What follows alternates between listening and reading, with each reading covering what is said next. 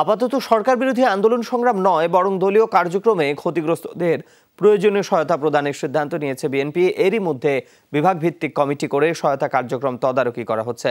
পাশাপাশি খালেদা জিয়ার মুক্তি আন্দোলনকে বেগবান করতে মেয়াদোত্তীর্ণ কমিটি পুনর্গঠনের কাজ করছে দলটি।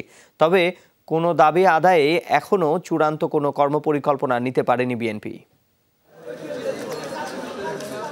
একাদশ সংসদ নির্বাচন ঘিরে এক ধরনের ঝড় বয়ে গেছে বিএনপির উপর। এমন উপলব্ধি দলীয় নেতাকর্মীদের। পরিবর্তিত পরিস্থিতির সঙ্গে খাপ খাওয়াতেই হিমশিম খাচ্ছেন তারা। মামলা মোকদ্দমা আর নানামুখী প্রতিকূলতায় বিপর্যস্ত কর্মী সমর্থকদের হতাশা বাড়ছে দিন দিন। এমন বাস্তবতায় সবার আগে ক্ষতিগ্রস্তদের পাশে দাঁড়াতে চায় বিএনপি।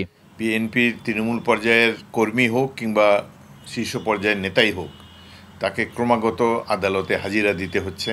প্রত্যেকটি নির্বাচনী এলাকায় যেসব কর্মী আসামি হয়েছে তাদেরকে আইনি সহায়তা, আর্থিক সহায়তা সবকিছুই ওই এলাকার যিনি প্রার্থী তিনি দিচ্ছেন। আমরা যারা নেতৃস্থানীয় আছি, আমাদের মানবিক মূল্যবোধ থেকে, রাজনৈতিক দায়বোধ থেকে এবং একজন সংগঠনের একজন কর্মী হিসাবে আমার সহকর্মীর এই বিপদের সময় তাকে সাহায্য করা, এটাই হলো আমাদের এখন সবচেয়ে বড় কাজ এবং আমরা এটাকে আসলে মূল কাজ হিসেবে গ্রহণ করেছি। এরই মধ্যে দল পুনর্গঠনের কথা হচ্ছে বিভিন্ন পর্যায়ে। কয়েকটি সহযোগী সংগঠনের নেতৃত্বে পরিবর্তন আনা হয়েছে।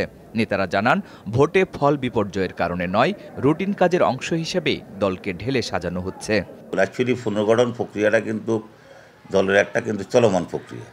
এটা একটা রাজনৈতিক দলের কিন্তু রুটিন ওয়ার্ক। আন্দোলনের জন্য যে সংগঠনের যে কাঠামো তৈরি করা হয়, যে নেতৃত্বের পুনর্বিন্যাস করা দরকার, এই কাজগুলো অবশ্যই আমরা করব। চেয়ারপারসন খালেদা জিয়ার মুক্তি আর অন্যান্য দাবি আদায়ে এখন পর্যন্ত সুনির্দিষ্ট কোনো কর্মপরিকল্পনা গ্রহণ করতে পারেনি বিএনপি। যদিও বিএনপির নেতা, কর্মী, সমর্থক সবাই মনে করেন আন্দোলন ছাড়া লক্ষ্য পূরণ সম্ভব নয়।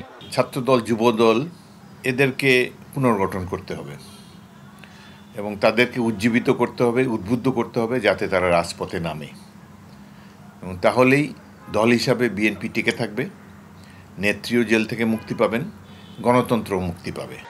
জানা গেছে, সামগ্রিক পরিস্থিতি নিয়ে খুব শীঘ্রই দলের বিভিন্ন পর্যায়ের সিনিয়র নেতাদের সাথে বৈঠক করবেন স্থায়ী কমিটির সদস্যরা।